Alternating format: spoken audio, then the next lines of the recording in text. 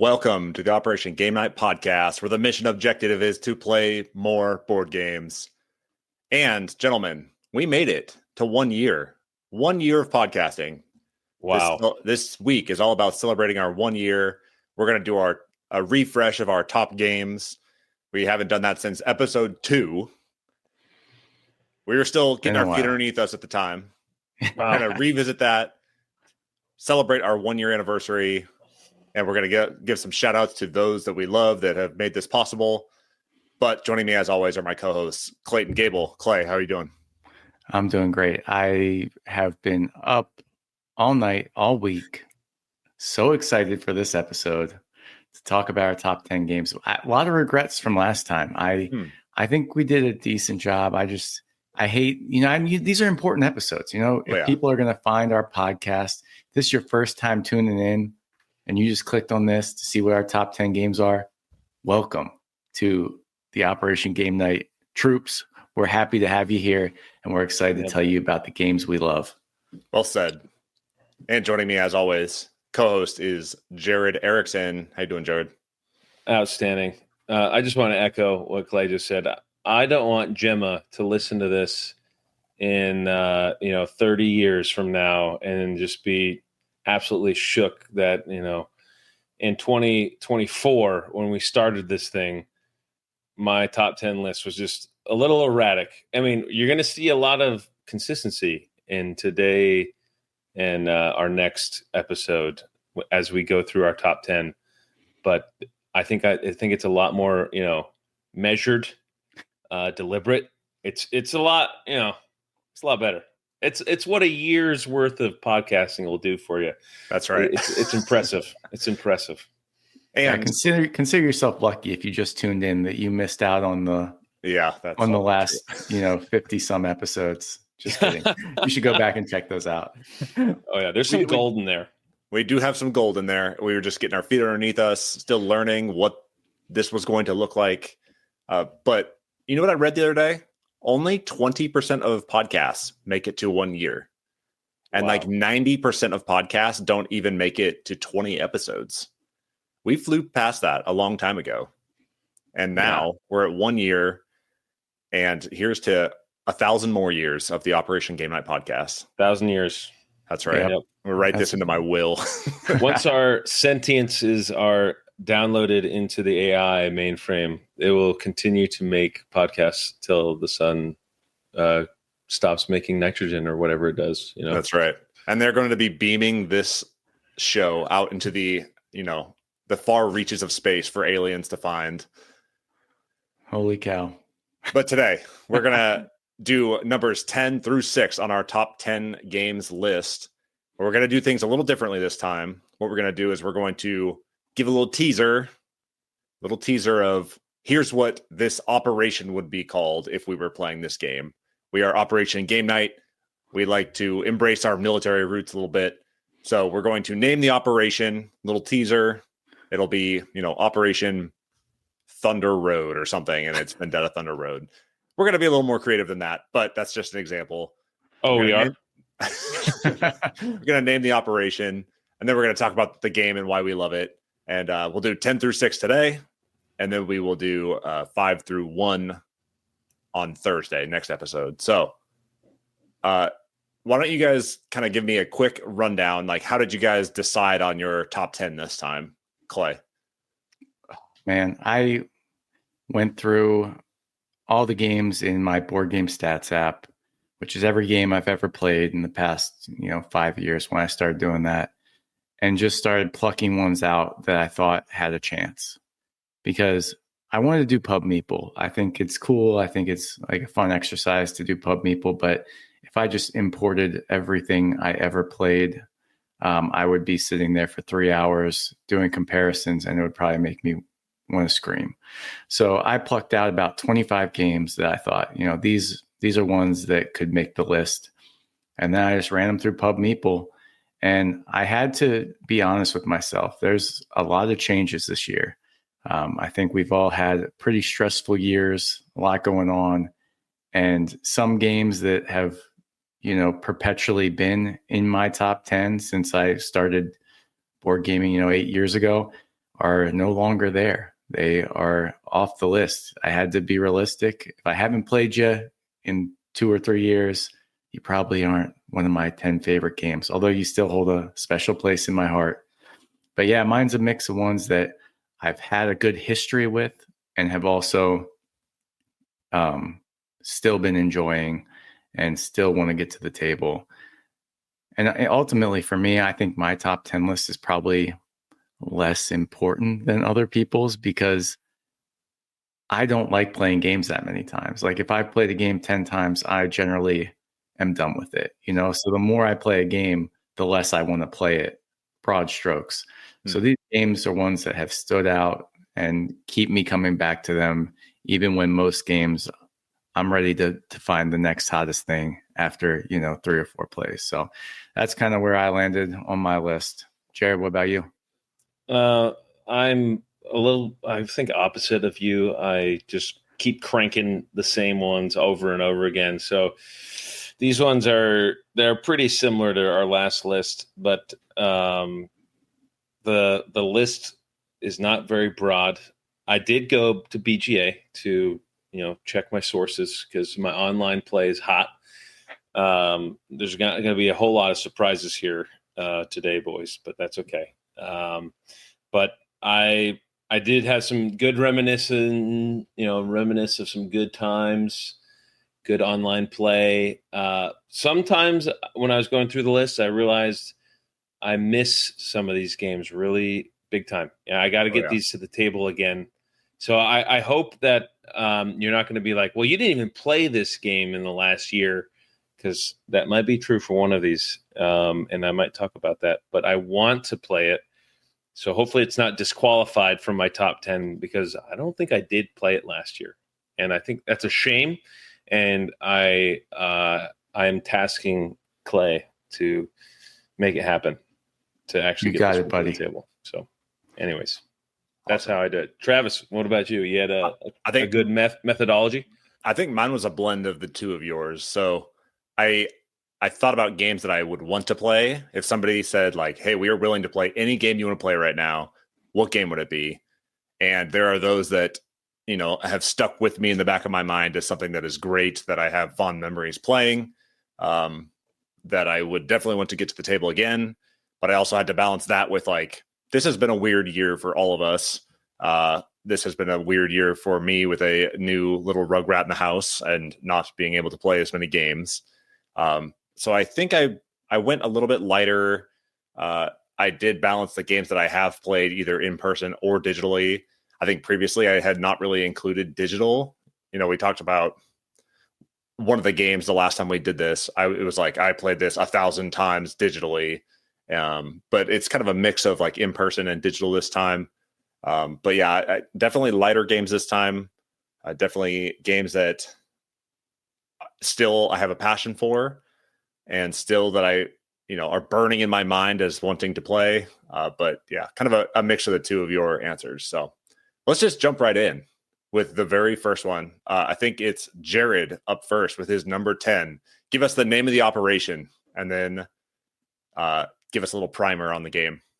All right. Operation Golden Age. I could see this game night being very hot and heavy. Someone maybe shows up and dressed in just saran wrap and a golden crown. I don't know. Golden Age, Operation Golden Age. Designer Jamie Stegmaier, Stonemaier Games. This is a sweet engine builder tapestry here. Did we get everything lined up correctly? Yes, Clay. What a great production on the backstage. I just want to give you a quick shout out for that. Civilization builder, little tableau on your own, little personal right in front of you. You're trying to puzzle together your own, civilization as you're growing yourself in these 4 other areas like technology and military. But I just like going up in different tracks and competing against other people. But I also like rolling that die. Is that in the technology area where you don't know where your bonus science. Yeah. And I like that randomness to it. I have a lot of fun on it. It's also on BGA. I haven't cranked one out in a long time. I have done it in the last year, though. It just hasn't happened recently. So it has kind of gotten me excited about maybe inviting Mary to it, because I know Mary likes a good tapestry. Oh yeah. I don't know if I've ever played this one in person, though. So Oh, well, you're it is missing out, my man. very, very low on my top 10, but I always get super stoked about this one. And I love, player having your own like player abilities. And so each person starts with their own, player abilities. So that is also very hot to me. So Operation Golden Age hit me with a little tapestry. So that's where I'm coming in hot at 10. Awesome. Right on. But, I don't know if I saw tapestry anywhere else today. So give me some love. Anyone poking holes in this one? No, this is a great pick. I love this game. The only reason that I did not pick this one, it was definitely up there. I had it on the list as like honorable mentions. Okay. I love this one. I would love to play it in person. I've never played it in person, and I know that like the components are beautiful, and I just love. I love this game. I just wish I had more experience with it. Yeah, I'm not gonna. This will show up later. And let me tell you, for the two of you that haven't played it in person, I think you're really missing out. And if you had played it in person, I think it might jump a few spaces for production value alone, because this one is top notch. So that's all I'll say for now. Aha! A little foreshadowing. I like it. Okay.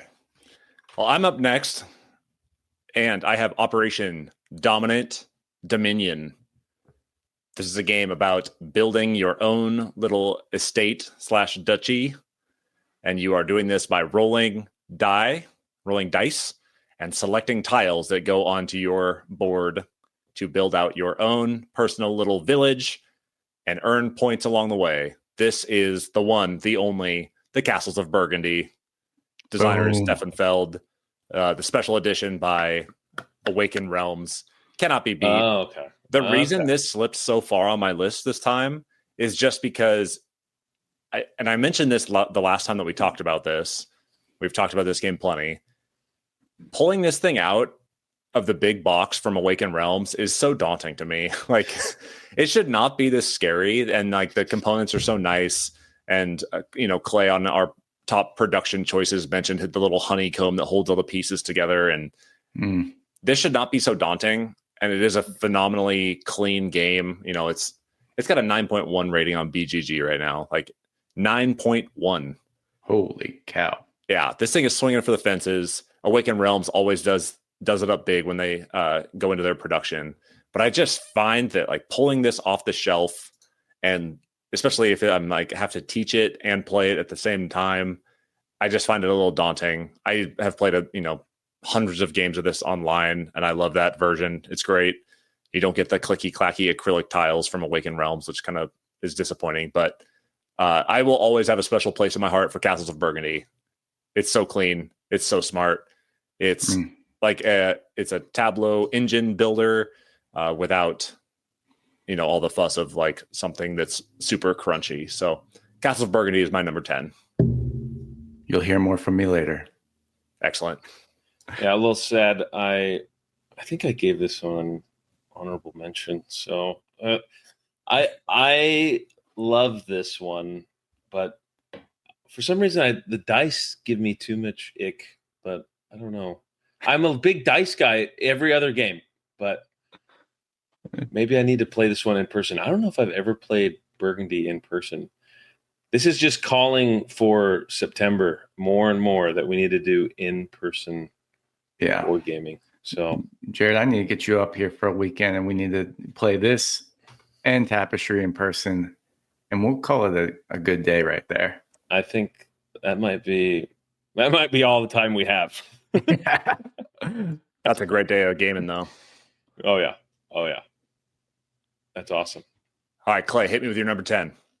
Oh, for my number 10, we have Operation Flip or Flop. So if you guys remember, the golden age of real estate, reality TV, you're buying houses, trying to flip them, sell them for a profit. And that's exactly what it feels like you're doing in my number 10 game, which is For Sale. This is a lighter entry on the list, but I cannot deny it. It has been the small box game of choice for me. When all else fails and I don't know what to do, I've got new people to play a game with, and I need something that's going to be engaging, quick, fun. I always grab For Sale. I just love it's simple to teach, but it has more strategy than you would think, when those real estate cards come out and you have to decide, am I willing to spend a lot here? Or when do I drop out and just take what's left? How do I bid the proper amount that when it comes back to me, other people have dropped out and now I can get a card for a deal? And so that phase is a ton of fun. And then in phase 2, when you have your real estate cards and you're trying to get the money for them, and everybody's putting them down in that blind auction, you can make a 2 worth of 12 if you play it at the right time. Depending on what currency cards flip up, you can take your little toilet hut and you can turn it in for big money. And I just love that like tactical gameplay that happens. And it's quick and fun enough that I just played this twice yesterday. I taught my kids it for the first time and they loved it. The first auction game I've taught them. So it is a lot of fun. And this one will always be on my shelf and always be one that I reach to when I got people I need to teach a game to and want to get them hooked on the hobby. Made it pretty far in our small box bracket as well. Yeah. If it wasn't for Mary, I would have, it was in the finals. And yeah. I was for Sale. I wanted For Sale to win that. But Mary came in and gave it the boost. So what are you going to do? We have to defer to Mary. Yeah. She's really running the show here. Yeah. She's behind the scenes always. That's right. Jared, hit me with your number 9. All right. Operation Snake Cauldron here is always brewing. The Witch's Brew is always hot. It's always just bubbling away. You're always trying to make yourself something really sweet and mystical. I think it's our first bag that's made it onto the board, right? It won't be the last. Yeah. It won't be the last bag here at Operation Game Night. We love our bags. The designer, Wolfgang Warsch. There's plenty of add-ons to this Quacks of Quedlinburg. You guys have always been talking about Quacks, and I finally played it. I bought it on eBay during our adventure here on Operation Game Night, and I played it for the first time. I don't know, back in October or something like that, and I loved it. And I bought it used, and it came with little inserts, little 3D printed somethings for the cardboard, so the extra little clicky clacky inside your baggy, and something about your cauldron bubbling over, but then also having the ability to dump in a quick potion to stop the cauldron from bubbling over. It always gives you the option, to extend the life of your cauldron. But then again, it's kind of an engine builder, right? The further you make your pot go, the more you can invest in your pot, and then the more you can keep pulling out awesome little trinkets and sweetness from your ingredients bag to put in your cauldron. I loved it. I don't know if I've ever played it with one of you two. Definitely haven't. No. Have I? You haven't played it with me, no. So this one is definitely super fun. It's relatively quick-ish, which I do like as well. And if everything's already in the baggy bags, quick setup, and it's a big box. It's a bigger box game too, right? So, Clay, you brought up a great point there with your last one. I don't think I had too many little boxes in my top 10. I should be thinking about my little box love, but we're going big here, Operation Game Night. But that was my number 9. Love it. And I appreciate with Quacks that the different components of the potions have different uses. Like you can flip those like kind of spell cards or whatever. And Yes. the same component will do multiple things between, not between rounds, but between games. If you want to switch it up, you can make them do something else. I really like that about Quacks. It's gives you innovative. the spots vibe where you can, tailor make your gaming experience.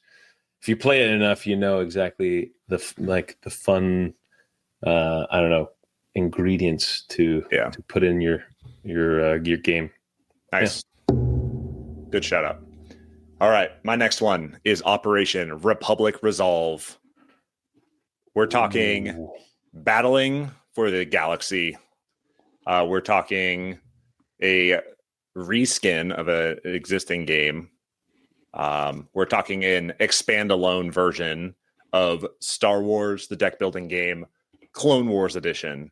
Ooh. This might be recency bias. I understand that. I get it. But I really enjoyed the original Star Wars deck building game. I thought it was super clean. I thought it was super easy to learn, easy to get to the table, small-ish box, doesn't take up that much room on your shelf.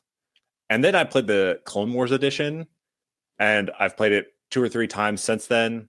And the factions in this one feel so much more balanced. The planet/base abilities feel so much cleaner and so much more intuitive/innovative. Man, this one just shines. If you love the original Star Wars deck building game, highly recommend picking this one up. I have not tried to mix this one in with the original version, but this one stands alone and it is beautiful and clean. And I really enjoy the deck building aspect of it, the battling aspect, the, putting together those perfect combinations of resources and attack and force manipulation to try and get an upper hand. Plus just, if you're sitting there with a base with like 5 different capital ships all surrounding your base that are protecting it from enemy attack, feels good. I can't say enough good things about this one. Star Wars, the deck building game, Clone Wars Edition. Yeah, you really got me fired up about deck building after you talked about this the other day. I was like, oh man, I need to play a freaking clean deck builder here. Mm. This is a super clean one and super easy to get to the table. Love this one. Oh yeah, gotta check that one out. All right, for my number 9, I have Operation Dusty Duchy.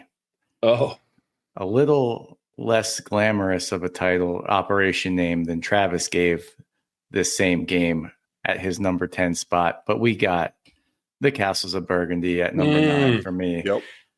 This has fallen significantly. I think this was maybe 1 or 2 last year for me, and it might continue to fall. I have played this game more than any other game, hands down, bar none. And there's this horrible tension that exists with me in this game because I love the version on the table. It looks beautiful. Thank you, Awaken Realms. It's amazing. But also, Board Game Arena made it so freaking easy to play this game that it's hard for me to, and it's not even that hard to get out. I know we complain, but it really isn't that bad. It's like a 5 to 10 minute setup time. Like, it's not bad. But when you can zoom through those turns and it does all the scoring for you on Board Game Arena, it's pretty hard to compete with. And this is a game I could play literally any day of the week if I wanted to, because Mary always wants to play this game. And I always say no. And it's not because I don't like it. I always like it when I play it, but I told you I'm always out there wanting to play something new. So, the fact that I always say no to it, and it's a great game, and I will never not have it, and I will continue to play it, but it doesn't excite me like it used to, but it's still such a good game. It's still in your top 10. Yeah. It's still one of your true loves. Yeah. When you roll those 2 dice and you get to be clever and decide, how you want to spend those 2 actions. Do you want to place 2? Do you want to try and make this combo or that combo? I love that you can only plan so far ahead, and then you just roll the die and you make it work. And that is awesome to me. So I figured I should say something positive about it because I kind of went on a little bit of a tangent about how much I hate this game on It's my the top love 10 hate list. for you. Yeah. Even when we did our podcast with Vic, I feel like you were just like you started up here, and then it's just like all the reasons why you didn't want to give it the top shelf. I'm gonna blame Vic for Vic put this the spell slide. on you. The slide for Castles of Burgundy on both of our lists. Yeah, that's true. Dang it, Vic. Dang it. All right, Jared, hit me with your number 8. Number 8, Operation Red Horizon. Ooh. Just imagine you're on a foreign body floating through the universe, and you're trying to develop this beautiful red planet, terraforming Mars. Is anyone surprised that I'm back on my engine building BS? I'm already just. I mean, it's no surprise that I'm just spouting off engine builders here today. Jacob Freilich, but all these freaking Terraforming Mars games that I've played, I super love and enjoy. Will not be playing this one at World Series of Board Gaming because I'll absolutely get my trash packed in because these Euro dudes are insane at playing these Terraforming Mars. But deck builder with a shared hex setup that you're all competing to build and terraform. How do you not love that? That's incredible. I love that you're actually developing this. It's actually like like true to how it's actually set up. Olympus Mons is the biggest volcano in the world. That's on there, but I have recently played one of the expansions to it, and it was just way too long. It really lengthened it out. I can't remember exactly which one.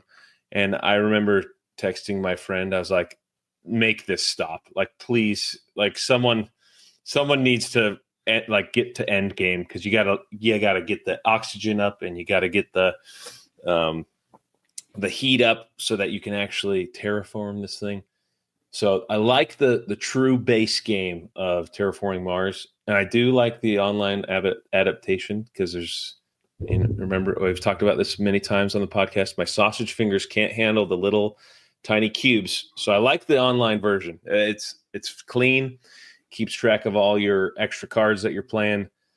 I love the engine building aspect of it, that you can have cards that you activate. I don't know, man. This one's fun. I love it. I thought that maybe the dice game had a chance to break top 10, unless you're planning on talking about that later on. No, I kind of considered like giving this one like a slash, like Terraforming Mars base slash, but I think that was speeding. So I just wanted to kind of like maybe talk Terraforming Mars family. All good. Because the dice game is also equally awesome. I've only played it once though, so I couldn't tell you break it into my top 10 if I've only played it once. That would be tough. But I had a lot of fun playing the dice game because it's so much cleaner, gives you the same love and feel, but with less reading and stress. Awesome. Good shout out. But all right, Travi, hit me. My number 8, Operation Full Throttle. Oh, we're talking heat, pedal to the metal. Yeah. Publisher is Days of Wonder. Designer is Asger Garund and Daniel Peterson. This game is so nice and clean, super easy to get to the table, super easy to teach to anybody, and it plays great at basically any player count. Even if you're playing at low player count and you have to do the other cars movement for them to kind of create that traffic, that obstacle that you have to navigate. It's also easy and clean. The deck building aspect to it is simple. People understand that taking too much heat into their engine is going to clog up their deck. This game is like deceptively simple as well. It's when you're navigating some of those tight corners and the race is close, it's creates tense moments. I wish I had more experience with like some of the expansions, but even just base game Heat, Pedal to the Metal is so nice and so easy. I love a good racing game. I have many on my shelf, but Heat, Pedal to the Metal is one that you can literally teach and play with anyone, and people get excited about it. What's the strategy for hitting the corners? You'd have to ask Clay, because he's the one that always wins. I'm like bringing up the end of the pack, so that's a question for Clay. It's all about managing your hand. You got to think a couple corners ahead. You want to, if you see you got a straightaway coming, you got to keep those big number cards and try and figure out what gear you should be in so that you can play the right amount of cards, because you don't want to go through the corner in first or second gear and then have a straightaway that you got to ramp up for and you can't get to fourth gear. Like, you got to make it work, because you can't. Are you afraid of the heat? You like the heat? I take the heat. I take the heat until there's like one or two in there. Then I get a little more cautious about it. But this just missed my top 10. It was number 12. So this is a great game. And I'll also say, just real quick, Days of Wonder just makes games with so much joy in them. Like, all of their productions just look fun. Their artwork is beautiful, and they're all so easy to teach and play. My other one for Days of Wonder that I was debating about to include was Small World. Small World is just like, it's like a more tactical, tough decision-making Risk. And I love Days of Wonder's designs. Or their publications, and they all just scream so much fun. All right, Clayton, hit me with your number 8. We got Operation Tempting Tiles for my number 8. And in this game, you are very tempted by the tiles, because you think, let me just see what one comes out of the bag next. And let me see if I should declare Ra or not. Yeah.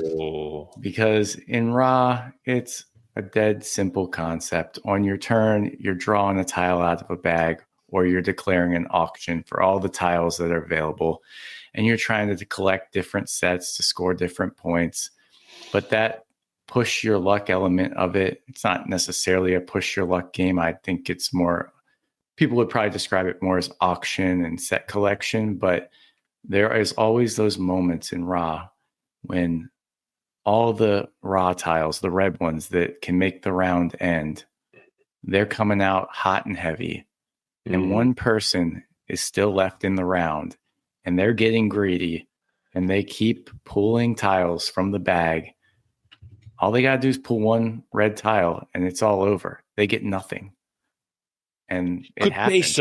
Yeah. And everybody, one way or the other, you're like, you should stop, just take what's out there. And, inevitably it's Mary, and she doesn't stop, and the round ends, and, she walks away into round 2 or 3 with next to nothing to score points. But it's a great game. It's super simple to teach. You got those sun tiles that, make the bidding interesting, because you can see the value of everybody else's tiles and who can possibly beat you. So great game by Reiner Knizia. The 25th Century edition is just beautiful. I got the metal coins and the big bag of wooden tiles. So I love this one. Coley's got this one, I think, right? He does. I might have to jiggle his door handle. Yeah, get in there, Jared. I might need to. Jared, hit me with your number 7. Numero 7, Operation Midnight Pour. If you're feeling a little frisky, come over to Paverson Games and designer Dave Beck and get you some distilled. Yeah. Okay, I'm still on my BS here with the engine builders. You get your specialists that are helping you, with unique things, with making them perfect cocktail, player abilities. It's got it all. You're picking up this perfect ingredients to make your perfect drink. And I have really enjoyed it. I know that you guys were talking about a couple episodes ago, the expansions to Distilled. So I might have to be looking into this one again. One that I haven't played in person. The push your luck tension of this one also is just I like it. You don't know what you're gonna be, shuffling into your deck builder kind of hand, and then you pull out something, and do you have enough alcohol to make what you need, or the right ingredients to make what you're trying to make before someone else makes it too? Because there's like this rush and race X aspect of distilled. So that's why it's sneaking up on the list. I can't remember if it was on my list before, but it was hot and heavy. A lot of gameplay between the three of us, last year, and I miss it. I miss it, guys. I wish we could. I wish we could sip on one while we create one. But yeah, this game, I was high on it, and then 2 times in a row I played this game in person, and it went just so long. And then I got rid of it. I was like, I like what's going on with it, but that extra long play time just was inexcusable for me. I gave it 1 pass, but the second time it went over 3 hours for a midweight Euro. I was like, adios. Do you guys stuff the box, if you know what I mean? Like, do you put extra ingredients in there to make sure you can get your drink in because you have to pull out some ingredients, right? You build up the alcohol, and you have to sneak out 2 cards, right? Yeah. You guys stack the box or what? Oh, I stack truck it. driving by. Oh yeah, stack the box. Yeah, I'm not gonna not make a drink that I want to make. Oh yeah, end up making whiskey or something like that when you want to make soju. Yeah, that's the thing is like that randomness, that like 2 cards to get pulled out. That little bit of randomness is like just enough to keep that so interesting. It's not like, because all of the ingredients are right there up top. Like they exist right there on the market row. You can get the bare necessities that you need. But if you want to make your specialty drink, you got to roll the dice a little bit and like try and pack your pantry. You got to pack your pantry a little bit. Pantry with. I went with Operation Midnight Pour, trying to play on the Midnight Hammer, like Midnight Pour. Oh, geez, like it. Nice. I don't know. It didn't quite hit, if you know what I mean. So yeah, it's all right. I'm not going to talk too much about this because it's going to come up later. But my number 7 is Operation Epic Emissary. We're talking raw. I'm not going to belabor this too much. Artwork by Ian O'Toole in the 25th century version of this is phenomenal. The big chunky raw figurine feels so good. The thing is like 3 inches thick, and it sits on the table, and you grab it when you say, I declare raw. I really enjoy this. I played this last night to kind of refresh my memory a little bit.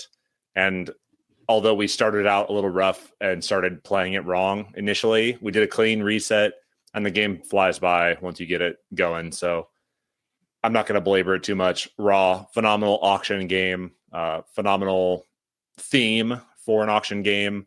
The set collection makes it interesting.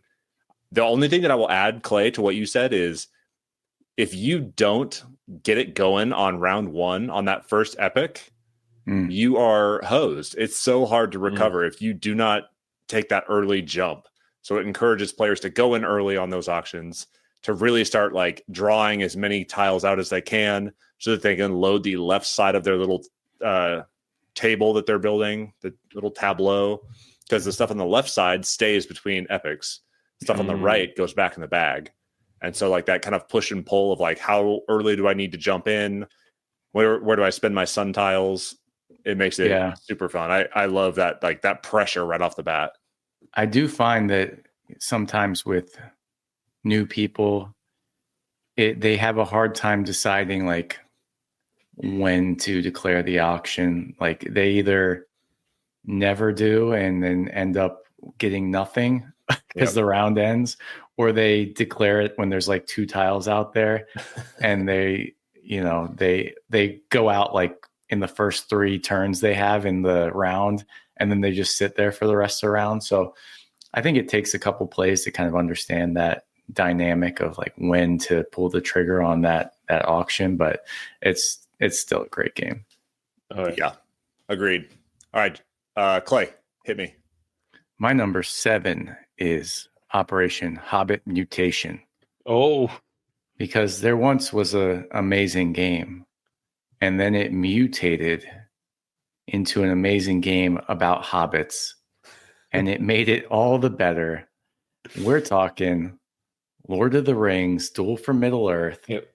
Jared and I just played this when he was up a couple weeks ago, and I love 2-player games. I play a lot of 2-player games, and this has been my favorite 2-player game. It cleaned up Seven Wonders Duel in all the right ways for me. I love the 3 different victory conditions that can immediately end the game, and just trying to battle that tension between the other player. You see they're climbing on the ring track. You want to do something else, but you can't very well let them keep grabbing those ring cards, or they're going to get to the end. So it's just, constantly fighting that battle on 3 fronts and trying to decide what card to grab when. Oh my God, it's such a good 30-minute 2-player game with an awesome theme for those of us who enjoy the Tolkien universe. Yeah. Got a couple of reskins on our top 10s. Yeah. Oh, yeah. Keep putting new skins on things. I'm all about it.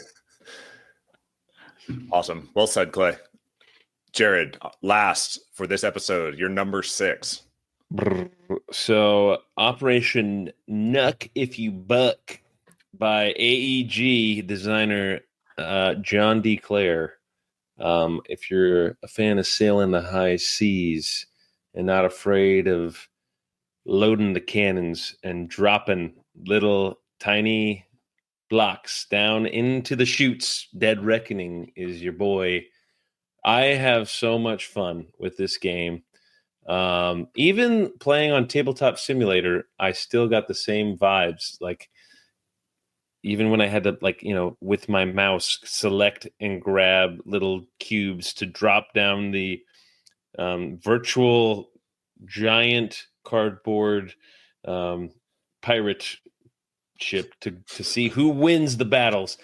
It's so much fun. Well, Nuck If You Buck, that's just kind of what we say when we're trying to blast each other when we're playing Dead Reckoning. And it is so much fun. You explore these new islands, and you're just so incentivized to go blast each other with your cannons. A little bit of engine building. Well, I don't know. Depends on how you play, Clay. Have you won? I think I won one time, and I was also getting a lot of bonus You were not cards. blasting. You have a lot more fun if you blast. I was having a good time holding up on my island and just making it produce. It's true. Gathering you could be coins, and then shuttling them back to port.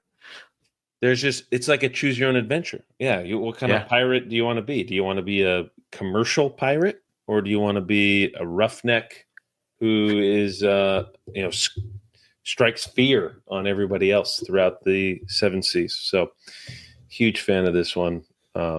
Never gonna fall out of my top 10. I've said it here today. Wow. It's on the 17th of August.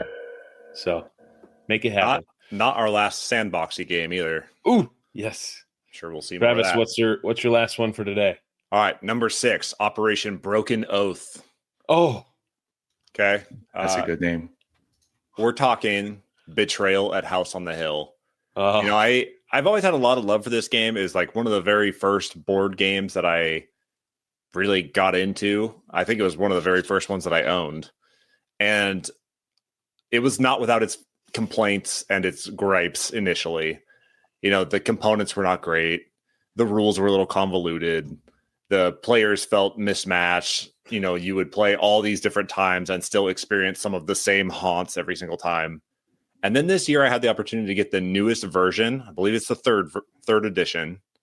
And it cleans up so much of those issues. Components are nicer. You can pick cards that will be the basis of your haunts. So you can have a select group of haunts to choose from. So you can really vary it up and make sure that you're not getting the same haunt over and over and over again. They streamlined a lot of the rules. Man, I love this game. It's like adult Clue. you are running around this house, exploring, building out a map. The map is different every single time. And then when the haunt is triggered, it's immediately like tension time. Somebody is the bad guy. Everybody knows it. And that mismatch and asymmetric win conditions just makes this game shine. I really enjoy this game. I think it's a really smart design. Some of the expansions for it have gotten varying reviews, but they've got something for everybody in this. If you like kind of horror style games, this is a good one to pick up. Betrayal at House on the Hill. Clayton, last one for the day. For my number 6, we have Operation Overkill, because this game just way overdoes it for what it is. We have The Foundations of Rome by Emerson Matsuuchi, beautiful. published by Arcane Wonders. This is everything I want a light to medium weight game to be. Just over the top produced. I feel like I'm playing this amazingly big game experience, and yet it is super easy to teach. It's got simple, engaging mechanisms where you got these lots you're trying to buy, and then you get to place your buildings out on a shared map, and where you place your buildings matters for everybody else because you can score points for adjacency to other people's buildings. It's just such a simple concept in such a lavish production. It would not be this high on my, I will admit it right now, gameplay wise, it would not be this high on my list, but when you get to take out your personal player tray from this 4x4 box, and I'm 4 talking feet by 4 feet. Yes, I'm talking 4 feet by 4 feet box, and you take it out and you sit in front of you and you see all your beautiful buildings that you get to place out on the board. It's a big winner for me, and I love Foundations of Rome. I honestly, this one was one that I wrote on my list for consideration because that production and that game is so nice and clean and it's beautiful to look at. But then I'm like, how many times have I actually played this? And how many times will I ever get to play this? Because I don't want to own a box this large. But man, this production is just out of this world. It is insane. And when you get that city all put together, it looks like an actual city skyline. It's really cool. I really like it. I like this design. You just have to make a pilgrimage up to Pennsylvania because I don't think that thing travels too well. No way. I don't think it even travels like down the street. That thing is a corner. Yeah, I won't be bringing that to World Series of Board Gaming. That's for sure. Probably not. No. Awesome. Okay, so this has been number 10 through 6 on our top 10 list. Our next episode, we will hit number 5 through 1, the big finale of our top 10 list. And we're going to revisit some memories. We're going to talk about our favorite moment in Operation Game Night history. And, are we going to shoot T-shirts out of a cannon? Maybe we probably should. We probably should try. Yeah. We probably should. We don't even have T-shirts. Wait, we have a few for ourselves. Thanks to Amanda. Thank you, Amanda. Thanks, Amanda. Oh, wait, we'll save our shout outs for next time. Yeah. We'll have to get on our merchandising here very shortly. But anyways, this has been Operation Game Night podcast, celebration of 1 year. I have been Travis. He has been Clay. He has been Jared. We're out.